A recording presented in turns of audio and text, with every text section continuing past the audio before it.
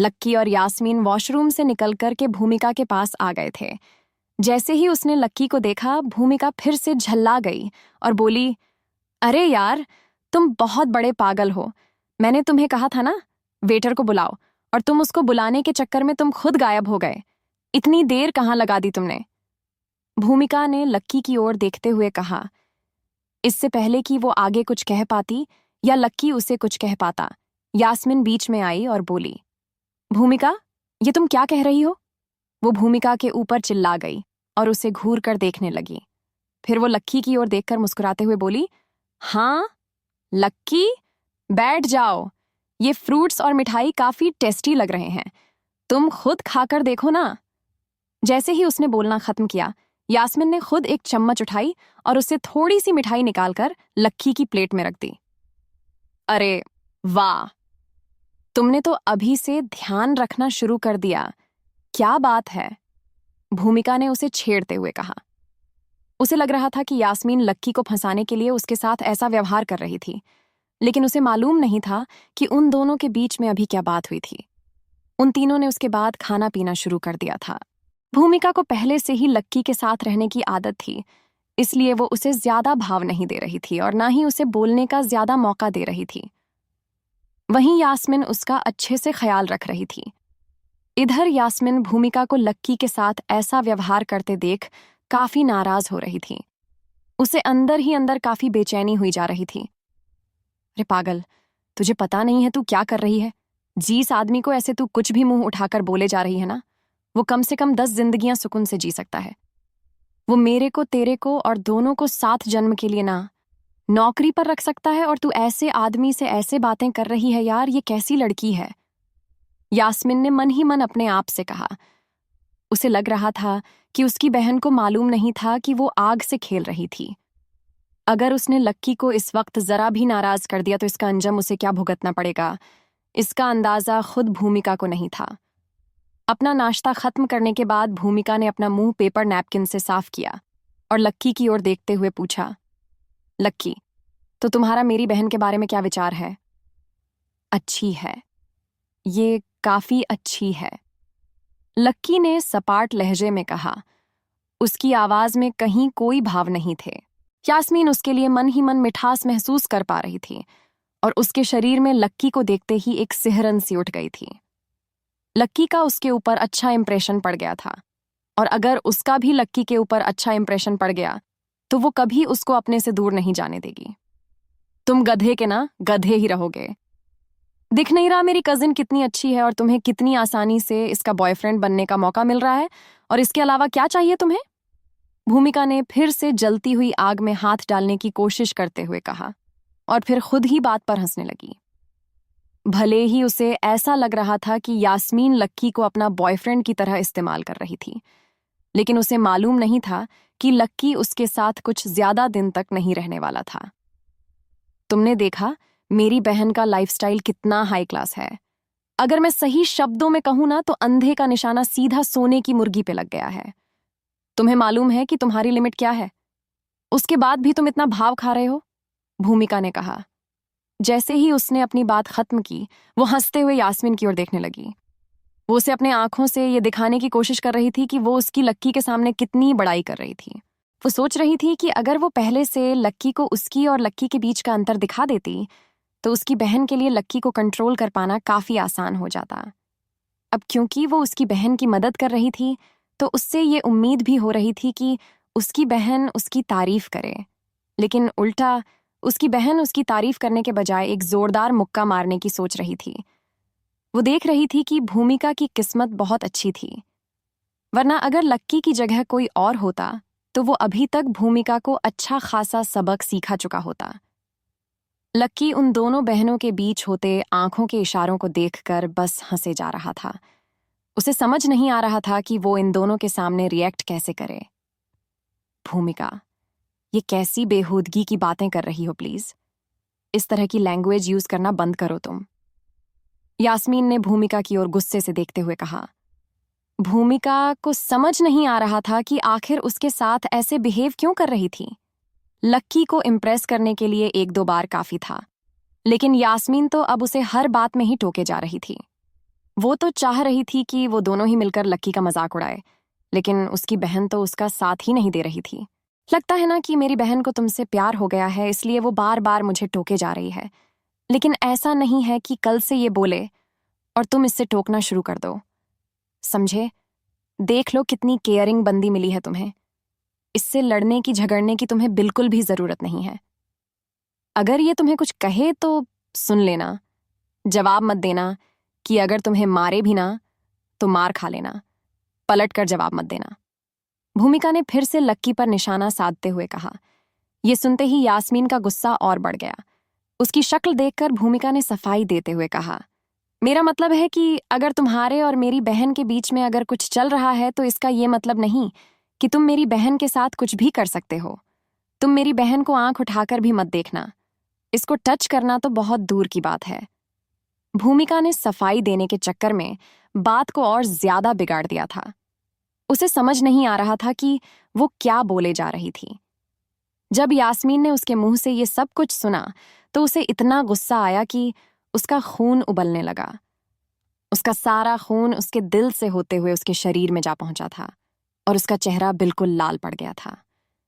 उसे लग रहा था कि अगर भूमिका उसे इतना डरा देगी और कल को लक्की उसका हाथ सच में नहीं पकड़ेगा तो कैसे काम चलेगा। ऐसे तो बात भी नहीं आगे बढ़ेगी। यास्मीन देख रही थी कि भूमिका उसकी पकी पकाई खिचड़ी को खराब करने की कोशिश कर रही थी। वो उसका बना बनाया काम खराब करने की कोशिश कर रही थी। बस, बहुत हो गया भूमिका। अब अपनी ये फालतू बकवास में बंद करो। मुझे एक बॉयफ्रेंड चाहिए, कोई नौकर नहीं, समझी?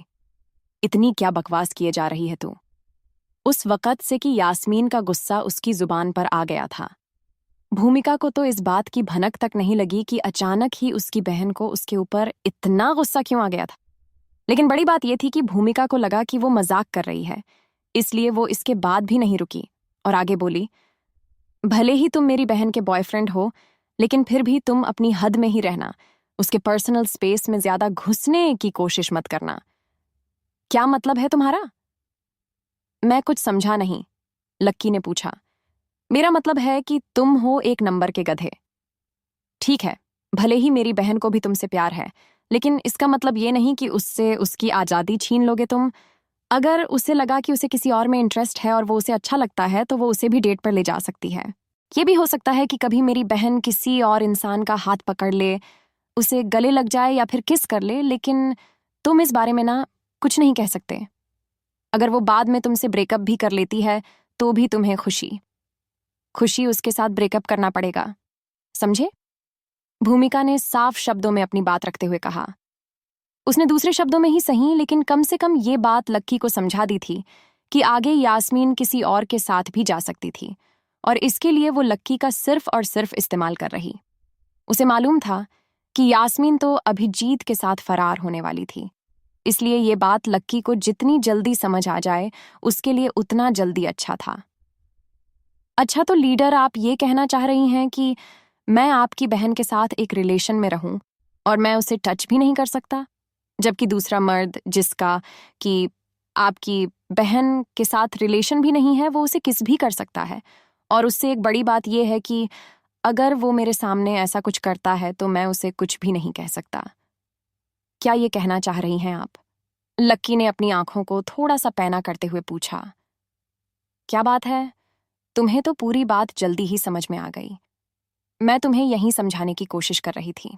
भूमिका जैसे ही वो इतना बोली कि उसके चेहरे पर एक मुस्कान तैर गई और इससे पहले कि वो आगे कुछ बोलती अचानक से कहीं से छट करके एक आवाज आई। भूमिका ने देखा कि उसकी गाल पर जलन हो रही थी और उसने अपने गाल को अपनी हथेली से ढक लिया था।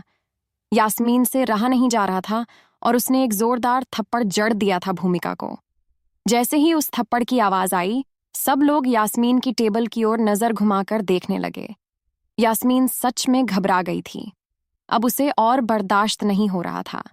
जब उसने सुना कि भूमिका लक्की को एक पालतू कुत्ता बनाने की बात कर रही थी तो उससे बिल्कुल भी रहा नहीं गया और उसने एक जोर का थप्पड़ मार दिया। उधर भूमिका ने अभी भी अपने गले पर हाथ रखा हुआ था और वो अविश्वास से अपनी बहन को देखे जा रही थी। मेरी बहन ने इस गड्ढे के चक्कर में मुझे क्यों थप्पड़ लगा दिया, जबकि मैं तो उसकी हक की बात कर रही थी। भूमिका ने मन ही मन सोचा, वो तो सोच रही थी कि वो यास्मीन का काम आसान करने की सोच रही थी, लेकिन उसे नहीं मालूम था कि यास्मीन, जो कि लक्की से शादी करने के सपने देख रही थी, वो लक्की के खिलाफ एक शब्द भी नहीं सुन सकती थी। तुम ये सब क्या बकवास कर रही हो? भूमिका, लक्की अब मेरा बॉयफ्रेंड है, प्लीज इससे तमीज से बात करो, यास्मीन ने कहा और लक्की की बगल में जाकर बैठ गई और फिर भूमिका को घूरने लगी। लक्की को भी विश्वास नहीं हो रहा था कि यास्मीन भूमिका के खिलाफ ऐसा कोई कदम उठा लेगी, और वो सिर्फ उसके लिए। उसे लग रहा था कि अब अगर वो वहीं पर रुका रहा तो सिचुएशन और ज्यादा बिगड़ जाएगी। इसलिए लक्की ने दोनों से कहा कि वो जाना चाहता है, और वहां से निकल गया। इधर जैसे ही लक्की गया, यास्मीन का गुस्सा भी शांत हो गया। अब उसे भूमिका को इस तरह बैठा देखकर अपने आप पर गुस्सा आ रहा था और उसके ऊपर तरस आ रहा था। लेकिन उसने देखा कि भूमिका यास्मीन के हाथों से थप्पड़ खाने के बाद भी हंसे जा रही थी। उसकी हंसी देखकर यास्मीन को समझ नहीं आ रहा था कि वो उससे माफी मांगी या नहीं। तुम ठीक हो ना? यास्मीन ने भूमिका से पूछा। उसने उसे अभी थप्पड़ जड़ा और वो हंस रही थी। कहीं ऐसा तो नहीं कि थप्पड़ की वजह से भूमिका के दिमाग का तार हिल गया था? बहन, ये तुम्हारा प्लान था। तुमने अभी मुझे सिर्फ असली थप्पड़ मारा ना, ताकि तुम आगे लक्की से अपनी बात मनवा सको और उसे अपने उंगलियों पर नचवा सको, इसीलिए ना? भूमिका ने बहुत ही अलग बात करते हुए यास्मीन से कहा। यास्मीन ने तो सोचा भी नहीं था कि भूमिका के दिमाग में थप्पड़ खाने के बाद भी ऐसी कोई बात आएगी। भूमिका ने अपने लाल पड़ चुके गाल को रगड़ा और थोड़े से शिकायती लहजे में यास्मीन से बोली, बहन, अगर तुम्हें कुछ ऐसा ही करना था और उस गधे को दिखाना ही था तो थोड़ा धीरे तो थप्पड़ मार लेती। मेरा गाल सून्न पड़ गया है और इसमें जलन भी हो रही है। ये सुनने के बाद यास्मीन ने एक राहत की सांस ली। अब उसे ऐसा लग रहा था कि उसकी बहन का दिमाग खराब नहीं था। सॉरी भूमिका, शायद मैंने तुम्हें कुछ ज्यादा ही जोर से थप्पड़ मार दिया। मुझे ऐसा करना नहीं चाहिए था, लेकिन तुम देखना, मैं इस चीज का बदला उस आदमी से जरूर लूंगी। तुम्हें थोड़े से दर्द के बाद ना बहुत सारे फायदे होने वाले हैं। यास्मीन ने भूमिका के गालों पर प्यार से हाथ फेरते हुए कहा, हाँ, मुझे मालूम है, फायदा तो होगा ही ना। बहन, जब तुम्हें अभिजीत मिल जाएगा, इसके बाद तुम्हें मुझे हर महीने 10,000 रुपए देने पड़ेंगे। ठीक है, भूमिका ने यास्मीन की ओर देखते हुए कहा, लेकिन उसे मालूम ही नहीं था कि यास्मीन अभिजीत से अब आगे बढ़ चुकी थी। इधर लक्की को भूख लगी थी और वो कॉलेज के पास एक मैस में आ गया था। जैसे ही वो अंदर घुसा, वहां बहुत भीड़ थी। वो लाइन में लगा और जैसे ही वो खड़ा हुआ, उसके पीछे से आवाज आई, ओह, आप इधर हैं खानदानी रईस? कपड़े तो देखो, कपड़े हैं या पोछा? कैसे लोग होते हैं ये सब भी यार, ऐसे कपड़े पहनकर शर्म नहीं आती। यहाँ आकर खाना खाने का पैसा ये लाते कहाँ से हैं? मांग के या चुरा के? लक्की ने जैसे ही पीछे मुड़कर उन लड़कियों की आवाज सुनी, उसका दिल गुस्से से भर आया। उसने घूर कर देखा तो वो 3 लड़कियां उसकी ओर ही आ रही थीं। उसे लगा कि जब वो उन्हें जानता ही नहीं था तो फिर वो उसके बारे में ऐसी बात क्यों कर रही थी। लेकिन उसने देखा कि वो लड़कियां लक्की को तो देखे बिना ही आगे निकल गईं और एक लड़की के सामने खड़ी हो गई। उसने उस लड़की को नीचा दिखाने के लिए अपने हाथ उसके कमर में बांध लिए थे। लक्की भी उस लड़की को देखने के लिए थोड़ा सा आगे चला गया था। वो देखना चाह रहा था कि आखिर कौन सी वो लड़की जिसे वहीं ताने सुनने को मिलते थे जो लक्की को मिलते थे। क्या यास्मीन अपने प्लान में कामयाब होगी?